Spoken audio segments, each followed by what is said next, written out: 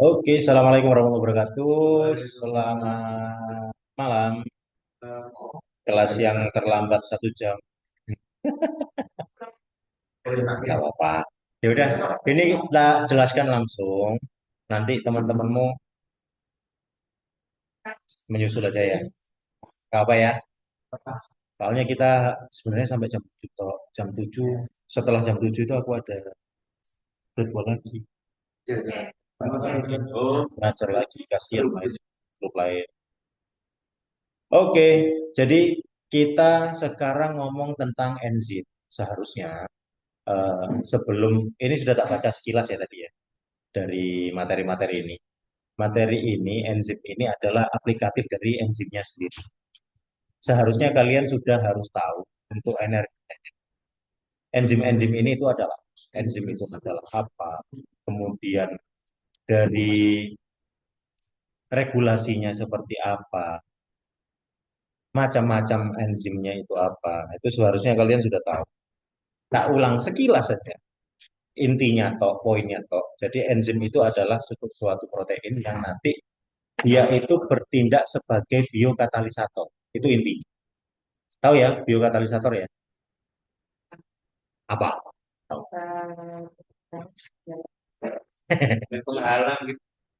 Itu sama kayak staycation itu apa? Stay sama cation. Itu sama. Jadi biokatalisator itu adalah proses yang mempercepat terjadinya suatu reaksi kimia dalam metabolisme biologi yang ada di dalam tubuh. Nah, itu namanya biokatalisator. Nah, enzim ini dia mempercepat proses itu, proses reaksi kimia itu tanpa mempengaruhi atau tanpa mengubah mengubah apa ya suatu reaksi itu tadi atau mengubah fungsi utama dari organ atau sel secara permanen setelah reaksi selesai.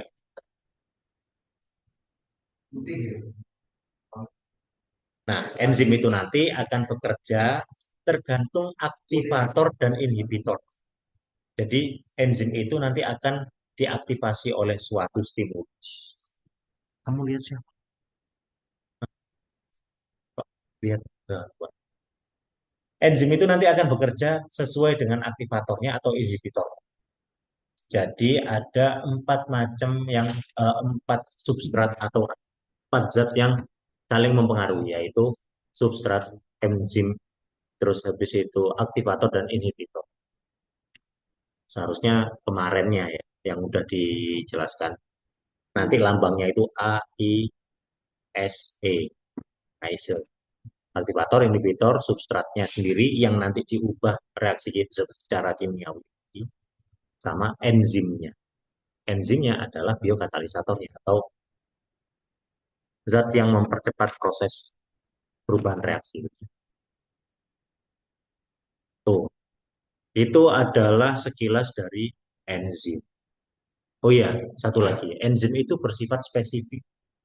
Jadi dia hanya bisa mengubah satu substrat saja. Dia hanya bisa mengubah satu reaksi saja. Memang ada yang nanti mirip-mirip, tapi reaksi kimia yang dirubah tetap sama. Walaupun itu berbeda proses atau berbeda metode. Contoh adalah enzim dehidrogenase. Enzim dehidrogenase itu nanti saat pembentukan ATP itu terjadi di mana-mana.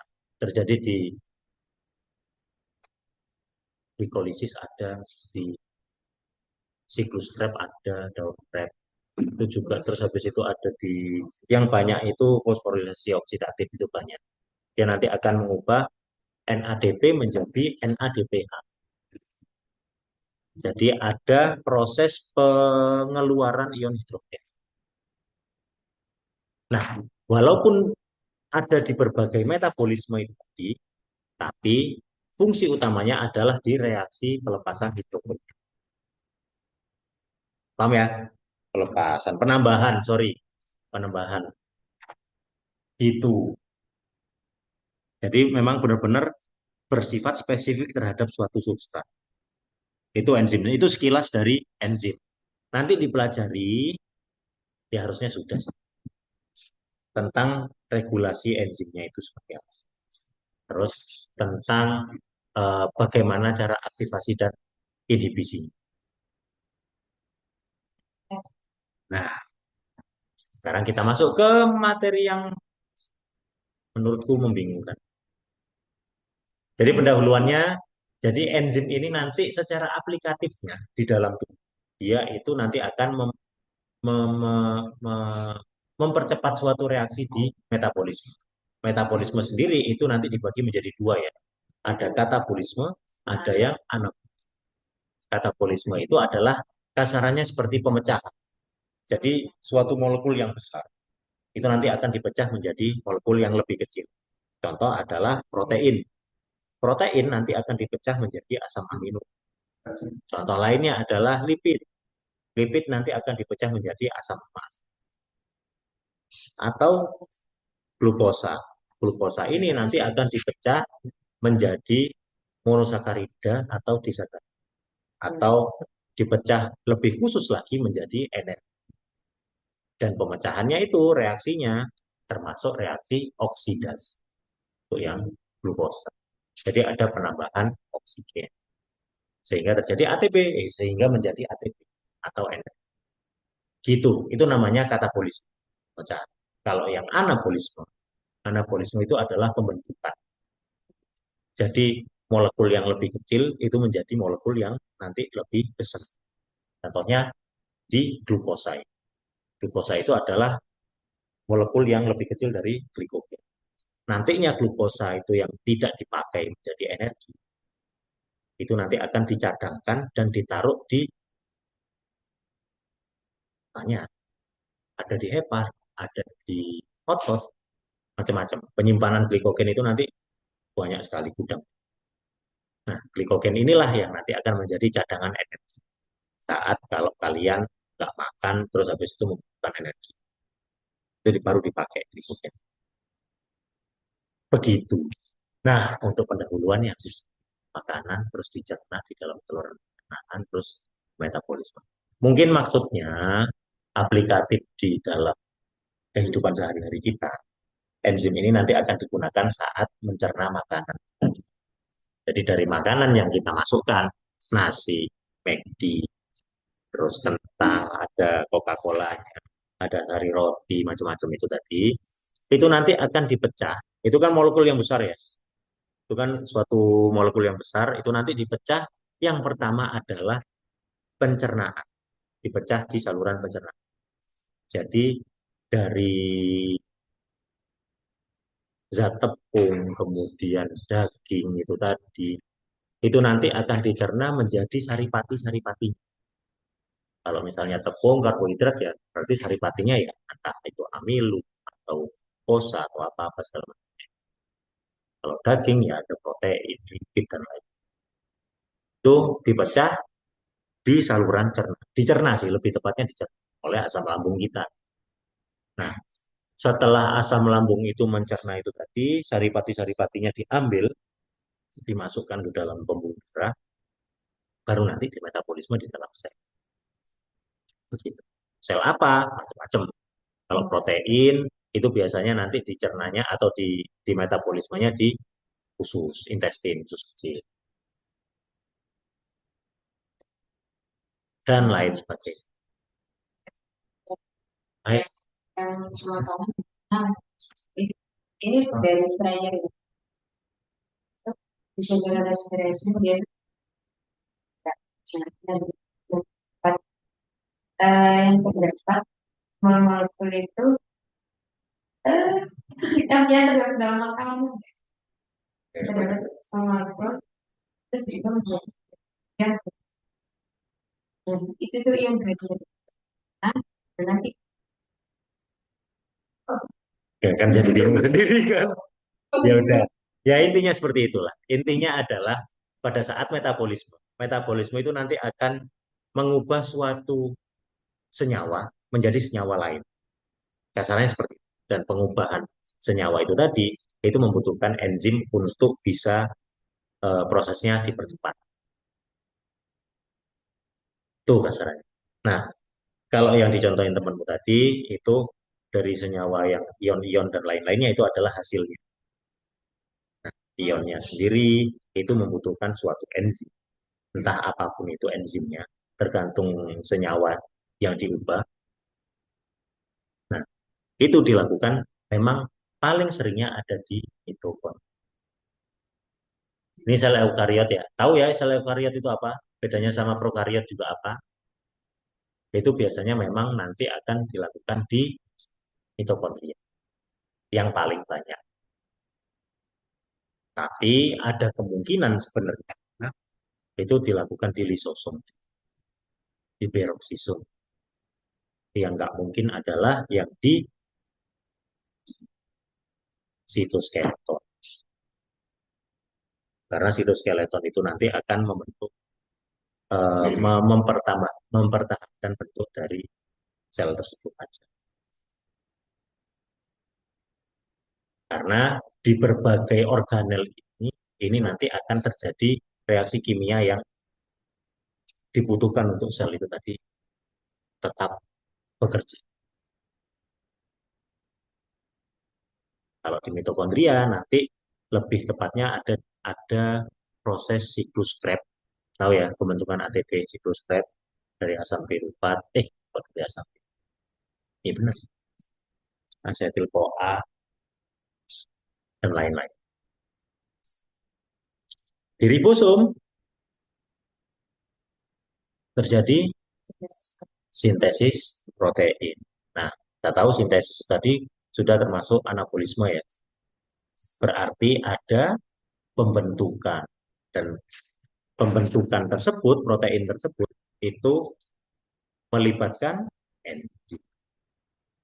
Jadi nggak cuma di mitokondria. Ada dong, pasti.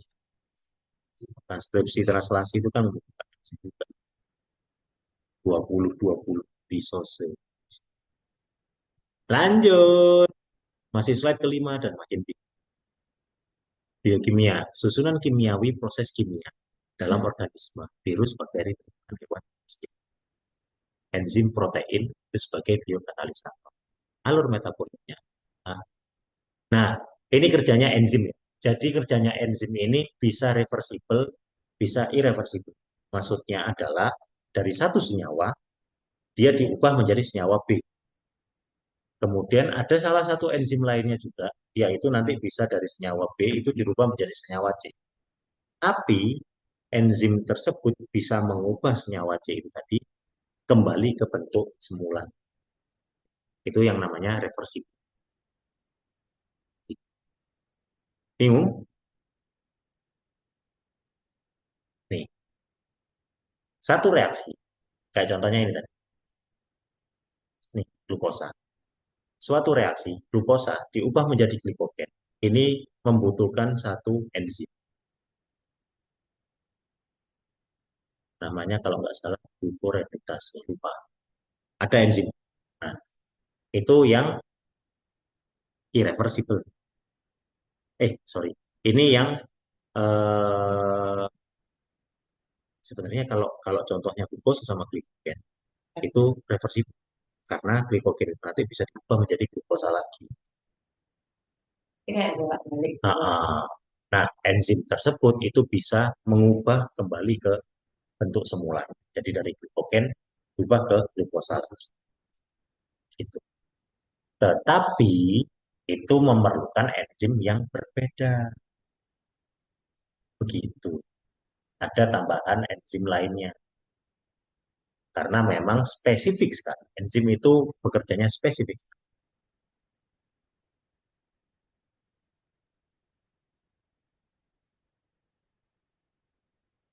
Nah, ini sekarang di slide lanjutannya itu adalah letak enzim di dalam sel. Letak enzim ini berkaitan dengan fungsi organel. Misalnya mitokondria untuk pengadaan energi, siklus Krebs atau siklus asam sitrat itu tadi, dia sangat membantu untuk perubahan dari asam pirufat. Kita cari ini siklus Krebsnya. Bahkan siklus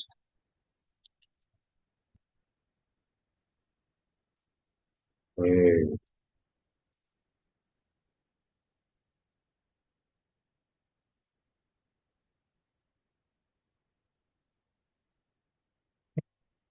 laptopku mantul terus. Mantul.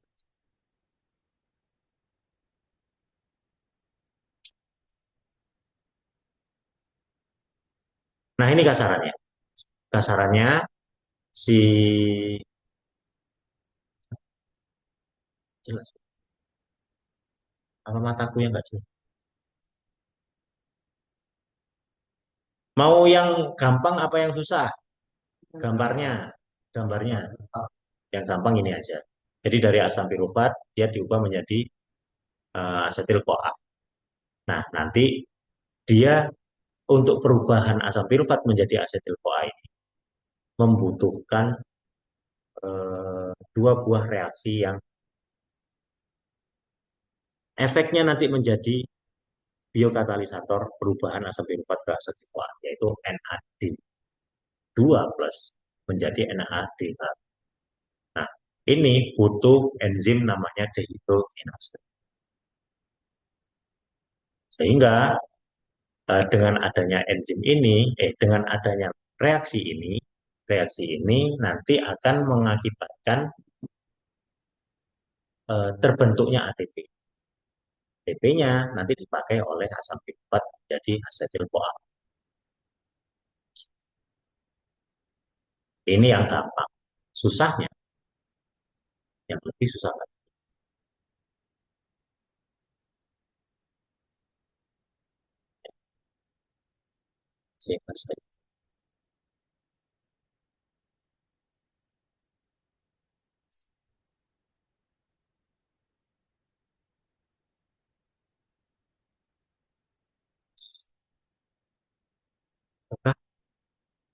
Nah, nih, setiap prosesnya ini didetailkan. Jadi dari asetil-CoA, asam pirufat masuk menjadi asetil-CoA dan asetil-CoA ini nanti akan diubah menjadi koenzim A. Koenzim A itu nanti akan menghasilkan enzim menstimulus enzim sitrat sintase. Sitrat sintase ini nanti kalau misalnya keluar dia akan mengubah oksaloasetat menjadi sitrat. Sitrat sendiri itu nanti akan diubah menjadi isositrat enzim akonitase. Dengan bantuan isositrat itu nanti akan diubah menjadi alfa ketobutarat dengan enzim isositrat dehidrogenase dengan bantuan ATP yang plus ada hasil akhir tambahannya juga yaitu CO dan lain-lain sebagainya sampai menjadi suksinil CoA. Suksinil CoA nanti akan menstimulus GTP, oi, GTP menjadi GDP ini. Inilah nanti yang akan menghasilkan ATP tambahan atau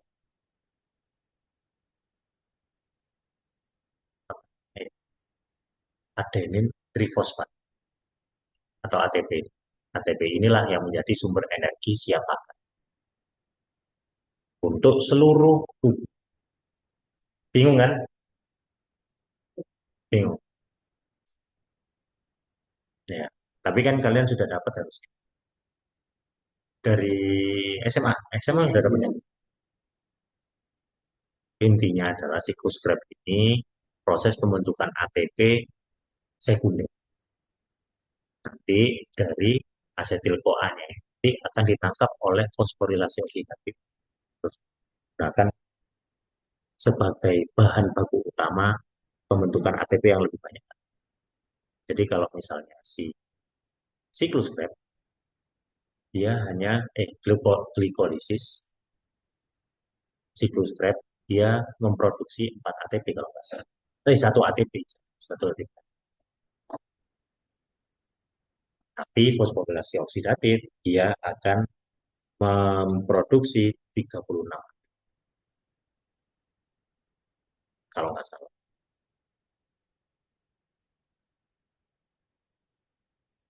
Bingung? Ya udah, nggak apa-apa. Telan dulu aja. Nih, itu yang di mitokondria. Jadi pengadaan energinya oleh terus asam sitrat. Itu mempunyai banyak sekali enzim kan tadi kan. Ase-ase semuanya itu adalah enzim.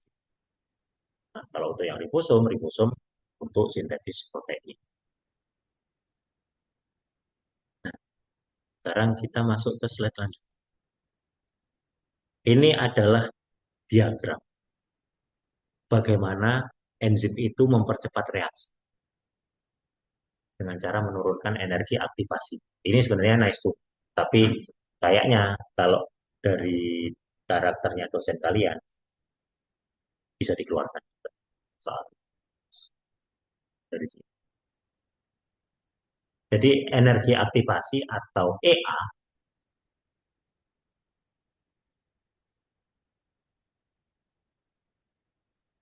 kalau ada tanpa katalisator, dia itu seperti ini, yang garis hitam. Jadi energinya yang dibutuhkan itu banyak, kemudian saat keadaan transisi, baru nanti saat sudah peaknya, dia diproses sampai ke keadaan akhir. Jadi energinya yang dibutuhkan sangat banyak. Tapi kalau misalnya dengan energi dengan katalisator yang inorganik, energi yang dibutuhkan itu lebih sedikit. Apalagi kalau dengan enzim, dia lebih sedikit lagi yang merah.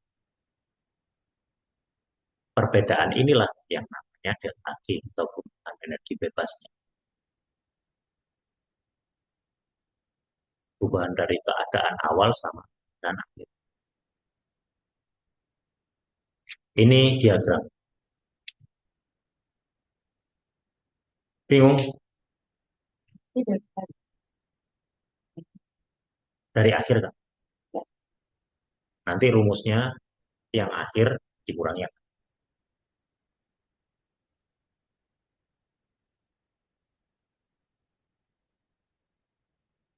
keadaan awal pada suhu tertentu reaksi kimia A. Energi aktivasi itu adalah besaran suatu energi yang dipakai untuk suatu reaksi itu terjadi. Jadi kalau misalnya tanpa katalisator, tanpa ada proses yang mempercepat, dia membutuhkan energi yang banyak sekali. Dari sini sampai sini. Ini kan kurva untuk energinya. Kurva Y-nya itu untuk yang energinya. Memperlihatkan jumlah energi yang dipakai. Berarti dia sudah, ya ini kan nol, ini nggak tahu berapa. Ini sudah. Nah, kalau pakai enzim, dia cuma putus segini. Hampir seperti dari kondisi. Paham ya?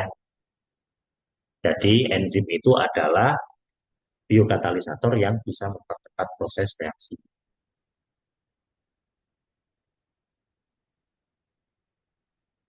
Kita lihat slide selanjutnya. Keadaan awal pada suhu tertentu, reaksi. Oh iya, kalian harus tahu juga ya, untuk suatu enzim, dia bekerja optimal karena apa aja. Harusnya sih ada di slide-slide kalian sebelumnya. Pada pH tertentu, suhu tertentu, itu harusnya sudah tahu ya. Itu nanti yang akan mengaktifasi meningkatkan kinerja, meningkatkan kualitas dari sebuah enzim. Contoh, mau kasih contoh, enzim lipase atau amilase. Enzim lipase atau amilase itu ada di asam lambung kali. Tugasnya adalah memecah karbohidrat yang amilase, memecah karbohidrat besar menjadi molekul yang lebih kecil. Tuh, dia hanya akan aktif dan hanya akan bekerja dengan baik kalau pH-nya asam asam lambungmu itu bagus. Kalau misalnya kalian setelah makan terus habis itu langsung minum susu langsung ya, Susu itu kan basah, sehingga asam lambungnya itu pH-nya jadi naik, jadi nggak terlalu asam lagi. Otomatis si enzim amilase dari fase itu tadi itu bekerjanya akan lebih lebih buruk. Makanya kalau kamu habis makan langsung minum susu, proses pencernaan akan jadi jangan langsung, harus ada jedanya. Sama kayak air, sebenarnya air itu juga. Kalian waktu SMA itu pernah praktikum ini enggak? Larutan HCl. HCl. Pernah. HCl terus habis itu dilarutkan, dikasih larutan air itu tadi. Semakin tinggi, semakin banyak air yang dikasih, HCl-nya semakin naik. Apanya yang naik? Ya, HCl-nya akan menjadi semakin ya, apa ya? Semakin netral. Enggak, bukan. Enggak ingat. Ya udah. Praktikum kimia. Oh, kalian kurikulum merdeka ya? Yang merdeka. Aku sama ini. Ya, itu. Intinya di situ lah. Intinya kalau misalnya ada perubahan dari pH larutan, enzim itu nanti akan bekerja semakin susah karena dia tidak pada kondisi yang yang tepat, yang mempengaruhi ketepatan kondisi bekerjanya si enzim itu tadi ada banyak, ada pH, ada suhu, terus ada inaktivasi dan substratnya banyak, banyak substratnya itu tadi. Itu juga mempengaruhi sama banyak enzim. Begitu. Makanya kalau kamu mau makan, jangan langsung atau makan terus satu suap dua suap satu suap dua suap. Nah, itu akan ya tak apa-apa sih, ini nggak masalah. Cuma itu akan mempengaruhi enzim-enzim yang biasa karena asam lambung jadi semakin nggak asam. Seratnya itu di sini jadi air. Iya nggak apa-apa, makanya ngomongnya nggak apa-apa. Kasih aja minum, tapi ya jangan minum langsung klok klok klok klok klok klok klok digelopong kayak gitu. Nah, itu yang paling benar adalah makan dia. Enak. Kalau aku pasti dia triple.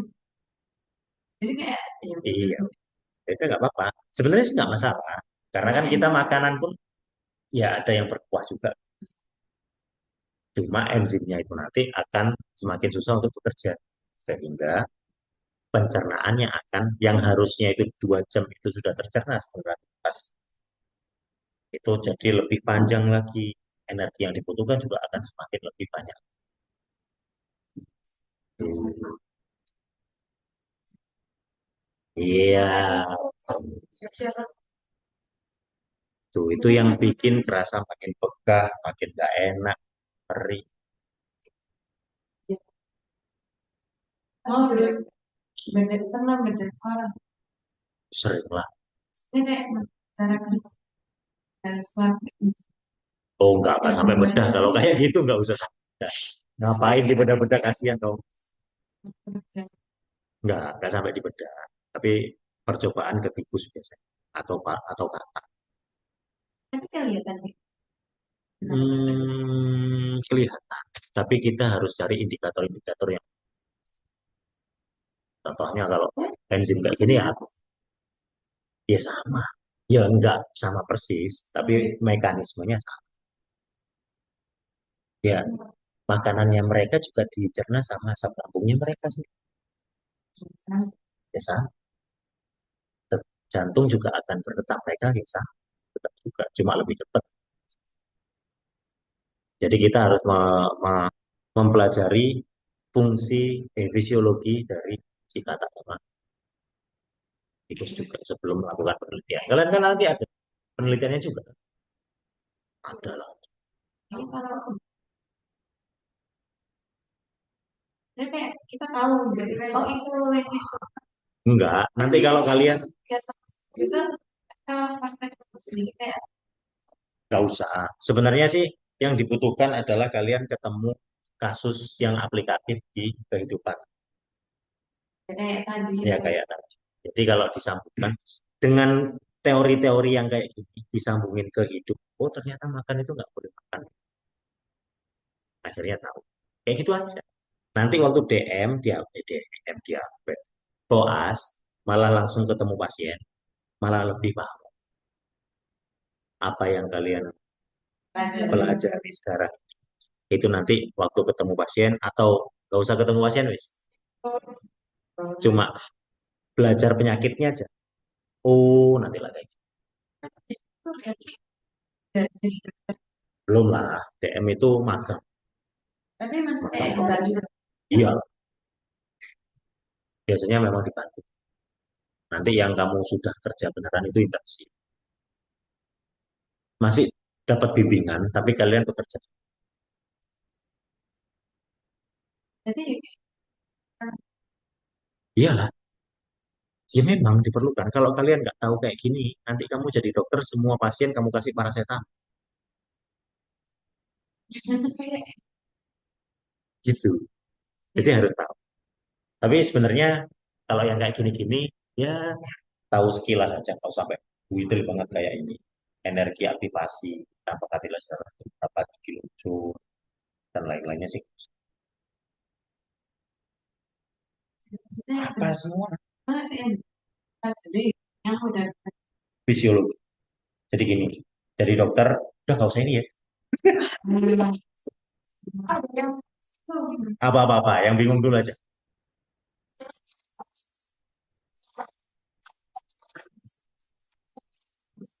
Penamaan mana sih kekhususan? Ini kata nama enzim. Kata nama enzim IU. Apa IUBMB itu apa? Gini-gini. Jadi mulai dari sini ya, dari 16 ya. Klasifikasi sama tata nama dari enzim. Jadi nama enzimnya itu sebenarnya adalah suatu reaksi kimianya itu apa? Ditambahi dengan ase.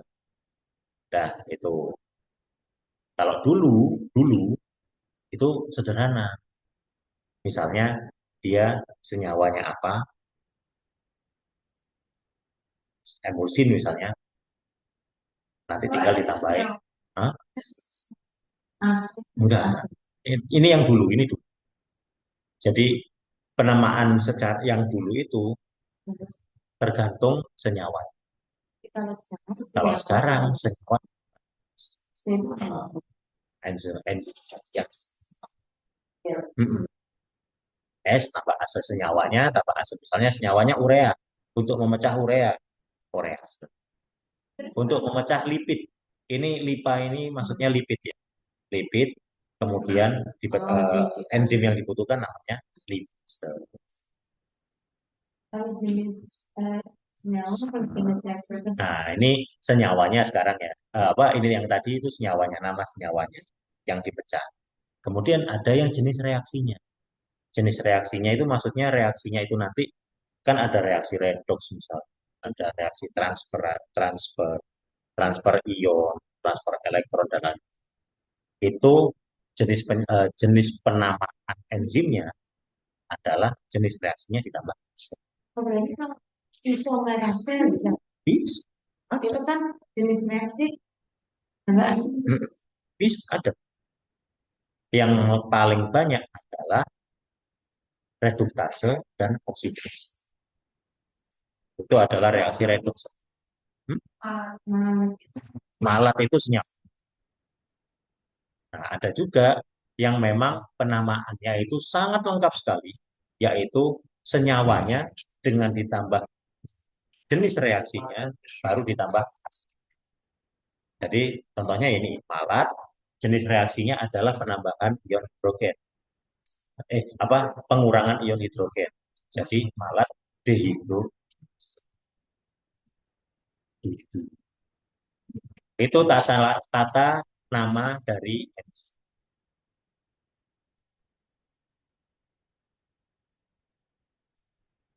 Nah, terus IUBMB ini nggak tahu aku ya. Nah, Apa itu itu maksudnya? ya yang bikin Iya, Mama. itu kayak angka-angkanya. Oh, kalau angka-angkanya itu dia nanti terjadi di mana? Oh, jadi kayak misalnya di angka ada itu. Alfa 2 reduktase misalnya. Nah, itu berarti dia di tatanan gugus alfa, di gugus alfa, kayak yang kemarin itu, gugus alfa, terus dirantai ke berapa, baru terjadi senyawa. Apa reaksi apa? Reduksi lah. Terus buat nama, buat tahu itu dua atau satu. Ya harus tahu reaksi kimianya. Oh, berarti kita memang harus suka. Nah, aku aja Terus ini masih bisa gunanya jadi apa? dokter. Gunanya biar kamu bisa jawab soal ujian. Loh, memang iya. Gunanya biar kamu bisa jawab soalnya. Saya lebih bingung dengan Memang iya.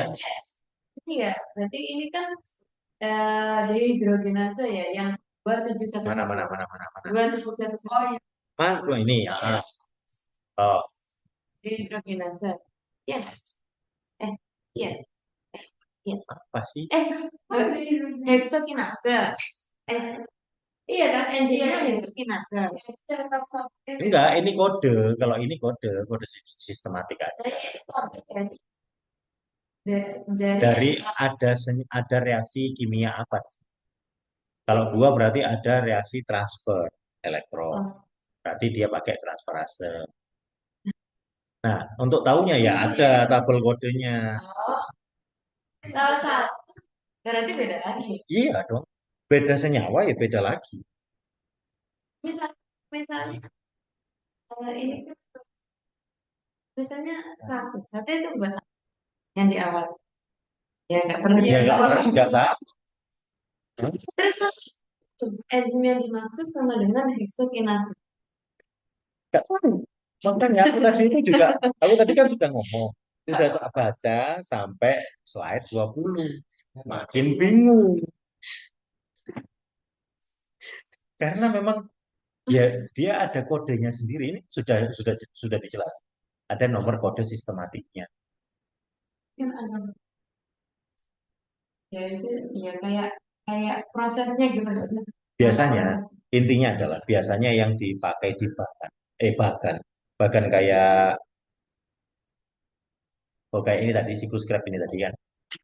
Nah, ini kan semuanya itu adalah reaksi kimia. Dan yang ditulis bukan kode, bukan coding kayak gitu. Oh, tapi Tapi nama enzimnya. namanya. Jadi kamu nggak usah mikir terlalu berat. Ya itu ya dari kode itu. Iya, Berarti kalau enggak. Jadi nama enzimnya itu dikode. Jadi kalau misalnya 7 itu namanya apa, satu itu apa, dua itu apa, misalnya ya itu ada tabelnya sendiri. soal yang ya nggak sesuai ini lah ya saya nih terus Tiba-tiba 2711 kayak gitu. enggak misalnya tiga Nah, lah ya lah ya sembilan makanya kayak gitu kan. ya Tiba-tiba 28 misalnya, kodenya EC28. Ya harus tahu kode tabelnya dong. tapi nggak Coba tanyain aja ke dokter Sri. Dokter Sri, dok kode nomor 8 apa? Pasti nggak tahu. ya ya berarti ya Ya, itu untuk mengetahui. berarti ini heksokinase ya. Kode dan penamaan.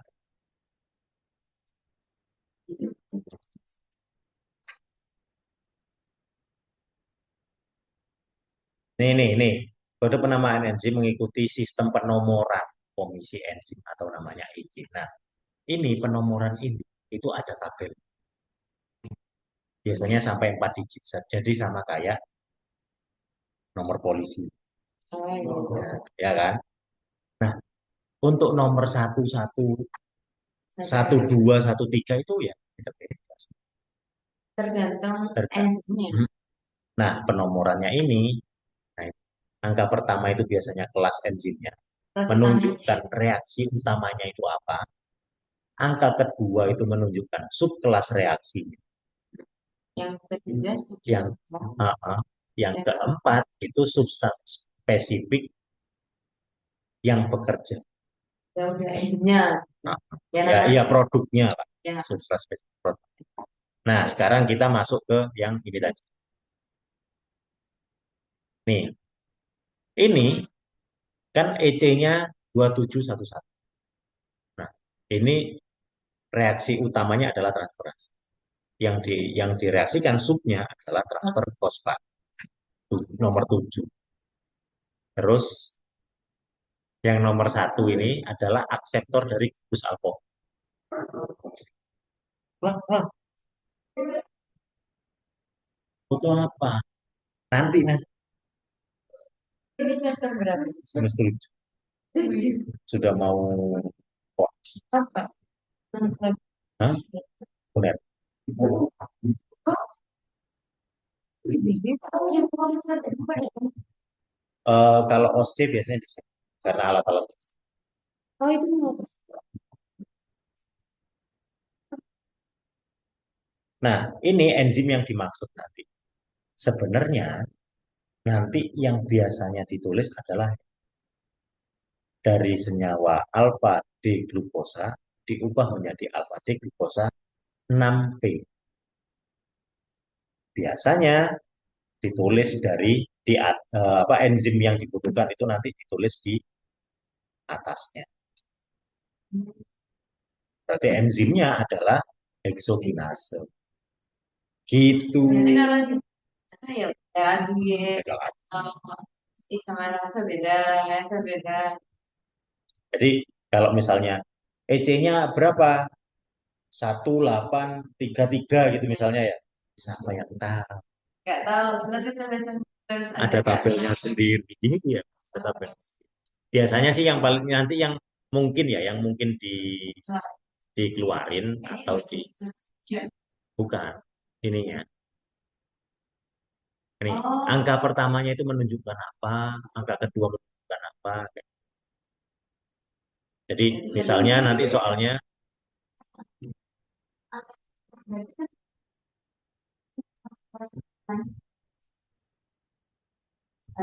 kelas enzimnya, transferase, subkelasnya.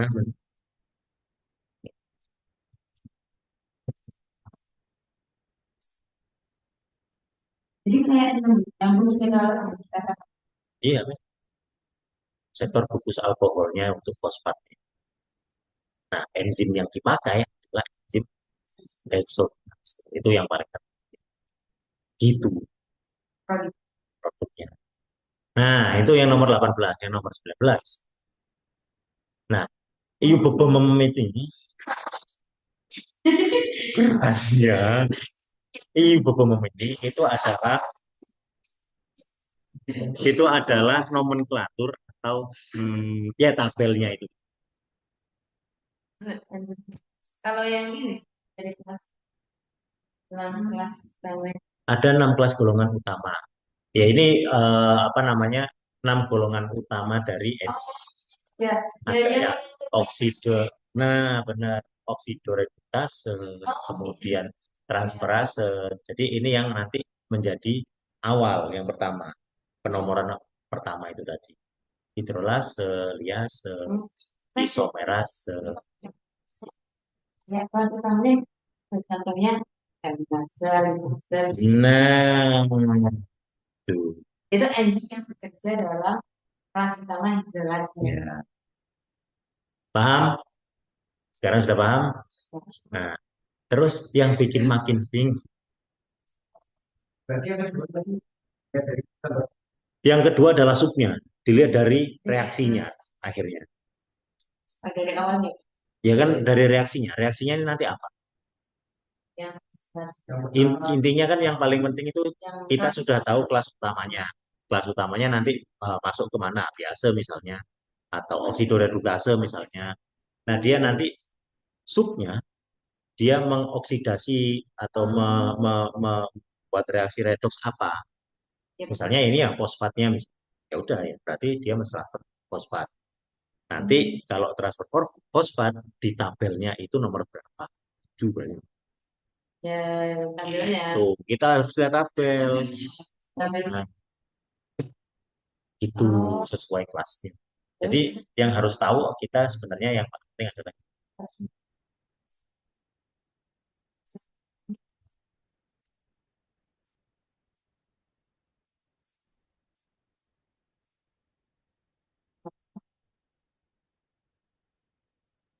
oke, paham ya semuanya? kenapa Penambahan buku sebagai kata.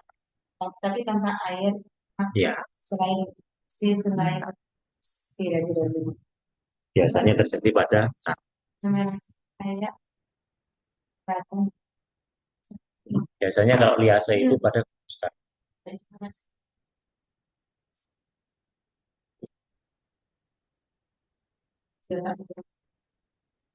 jadi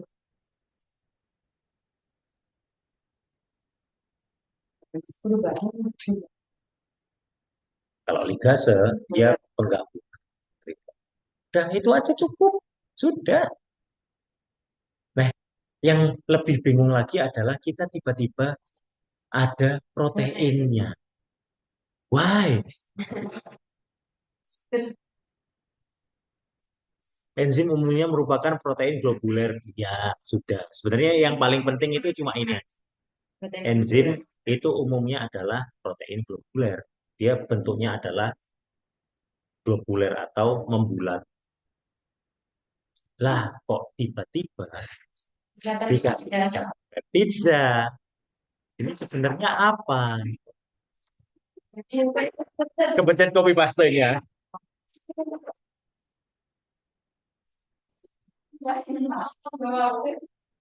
Iya kayaknya kebetulan deh. Betul udah tiba-tiba nggak masuk. Tapi ini memang benar-benar protein. Lah ya ini protein. Ini tuh kan. Ini protein primer dan sekunder. Ini benar-benar protein. Jadi makin bingung. Tuh kan struktur alfa helix, hidrogen helix. Ya. Ini loh, ya aku yang jelasin juga. Yang Ada struktur terus nanti ada struktur tersier dan kuartaner itu nanti yang gabungan dari beberapa subunit itu tadi. Contohnya adalah hemoglobin. Ya sudahlah. Oke, sekian terima kasih kalau gitu. Ada yang mau ditanyakan? yang tiba-tiba yang tadi Ya apa? Apa tadi? terus apa Terus sih apa? bedanya kita jadi Nah, jadi apa sih tadi pertanyaannya aku bingung. terus dari itu memang jadi apa sih kalau misalnya ini aja Oh iya, benar. Jadi kita sebagai dokter itu utamanya adalah mencari penyakit pasien. Ya, kalau mencari penyakit pasien, otomatis kita harus tahu kondisi normalnya seperti apa. Ya kan? Nah, ini yang kalian pelajari semuanya ini adalah dasar-dasar bagaimana caranya kalian mencari salah, mencari fungsi normal dari tubuh itu gimana bekerja. ya udah yang dibuat berarti kalau misalnya dokter jelaskan yang dibuat itu kayak yang dalam tubuh aja maksudnya Gak bisa gitu juga.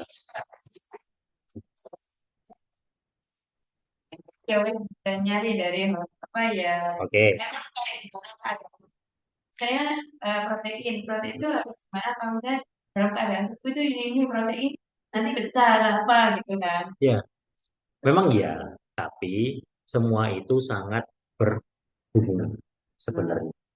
Contoh, contoh aja nih, kita kecapean, normal nggak? Setelah olahraga, lari lah. Terus habis itu kecapean, normal nggak? Normal. Berarti harusnya kita tahu ya kenapa bisa kecapean itu. Apa? Ya tahu. Jadi dari kecapean sendiri itu, kecapean itu adalah aktivitas yang sangat tinggi. Aktivitas yang tinggi berarti memerlukan energi yang Energi. tinggi. Energi yang tinggi dicapai atau diproduksi dengan siklus Krebs. Oh, Siklus Krebs itu bukan ATP itu. untuk pembentukan ATP dari Ya. aktivitasnya itu tadi. Nah, siklus Krebs dan glikolisis ada apa namanya? Ada hasil sisa yang apa sih? Yang terjadi pada pembentukannya adalah itu tadi CO. Mana sih kursorku? Mana-mana siklus Krebs. Nih, nih kelihatan ya.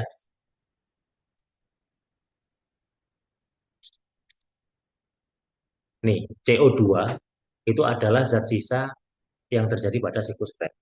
Itulah kenapa kalian kalau misalnya olahraga atau aktivitas, nafasmu jadi ngos-ngos. Itu untuk mengeluarkan CO2 itu kan. Terus habis itu ada nanti namanya, kalau dari glikolisis, sisi glikolisis itu sisanya adalah asam laktat. Asam laktat itulah nanti yang berkumpul di otot menjadi rasa jarum. Wajar kan semuanya? Berarti kalian harus tahu ini semua kan? Ya, Ya sih. itu Ya. cuma aktivitas, belum yang ada infeksi misalnya. Infeksi nanti masuknya ke sel radang ada sel emas, eh, histamin, sitokin, bradikinin, interleukin, semuanya itu ngefek ke kalau interleukin 6 jadi panas. Kalau misalnya dari bradikinin itu nanti jadi gatal-gatal. Kalau untuk TNF alfa ada namanya juga itu untuk bengkak. Itu harus tahu semua. Nah, itu kan ya. Jadi kalian harus belajar semua ini agar kalian tahu penyakitnya itu seperti apa. Dan kenapa belajar fisiologi, belajar fungsi tubuh yang normal? Itu biar kita bisa, targetnya kita untuk memperbaikinya kan kembali ke sehat. Berarti ya kita harus tahu fungsi normalnya organ itu seperti apa. Makanya belajar fisiologi, anatomi, biokimia, terus habis itu apa lagi? Biologi jelas ya, biologi kedokteran, ini malah dasar. Tapi biologi kedokteran ini sangat jarang, sangat jarang sampai sampai masuk ke sini. Kalau biokimia, biokimia, fisiologi, anatomi. Ah, ah. Nggak cuma obat. Walau misalnya kita harus kamu keluar aja, kamu cari oksigennya. Itu biokimia. Jadi misalnya kamu sudah benar-benar suntuk dan lain-lain, terus jadi pemarah, jadi apa? Coba dulu. Karena itu kamu sudah kebanyakan dopamin dan serotonin. Untuk menghilangkan dopamin dan serotonin itu Banyak kan murasnya dengan oksigen. Makanya kalian kalau suntuk langsung healing. Nah, apalagi yang ini suntuk gak suntuk healing.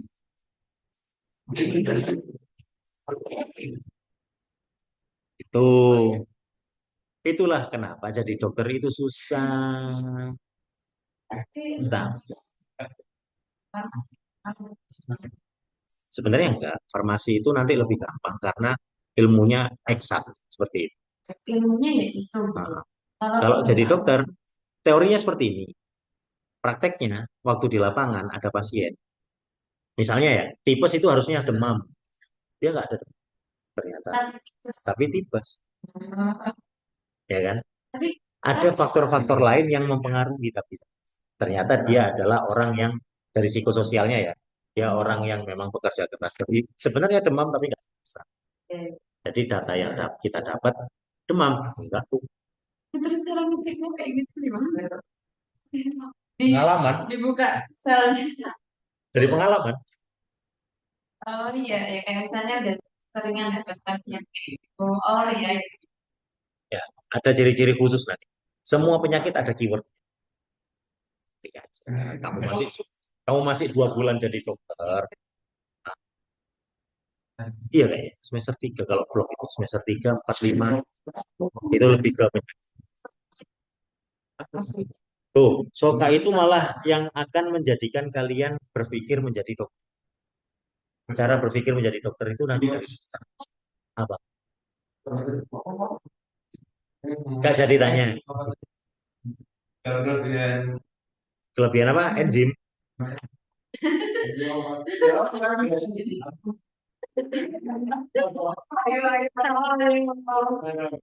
Tes testosteron itu bukan enzim.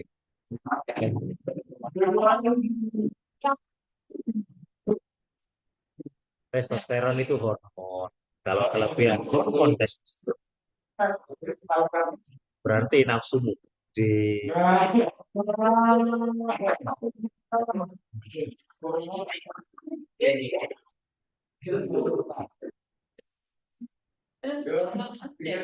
kalau pasti itu skill kita jadi dokter. oh iya praktek. Ya, jadi skillnya jahit lah, masang infus, masang apa, itu osteop. Enggak dong. Soalnya Oke, sekian. Belum selesai. Belum beneran selesai. Oh, jadi besok ayo ya. Yes. ada tapi yang benar-benar benar-benar dipresentasi. Itu kan sebuah metode belajar aja. Atau metode penilaian sih. Enggak. Dia belum pernah aja. Kamu kan ini soka pertama kan? Nanti kalau kamu sudah soka 2 kali, 3 kali, sudah tahu triknya, sudah tahu cara-caranya. Bahkan kamu sudah bisa jadi dokter dengan karena pola pikirnya dok. Itu seperti ya itu cara berpikirnya seorang dokter itu dijadiin penilaian itu udah sesuai. Jadi secara holistik semuanya dulu dicari kemungkinan-kemungkinannya, terus dieliminasi satu-satu, terus kita cari murni kemungkinan yang paling besar. Ini ya kemungkinan paling besar. Kita cari fungsi yang bermasalah dan fungsi normalnya. Itu yang nanti menjadi kesimpulan pengobatan. Kalau misalkan ada juga komunitas yang nggak ada program hujan Ya dari nggak apa-apa. kan dari Ya nggak apa-apa. Kalau nggak ada soka biasanya adanya PP. Problem based learning.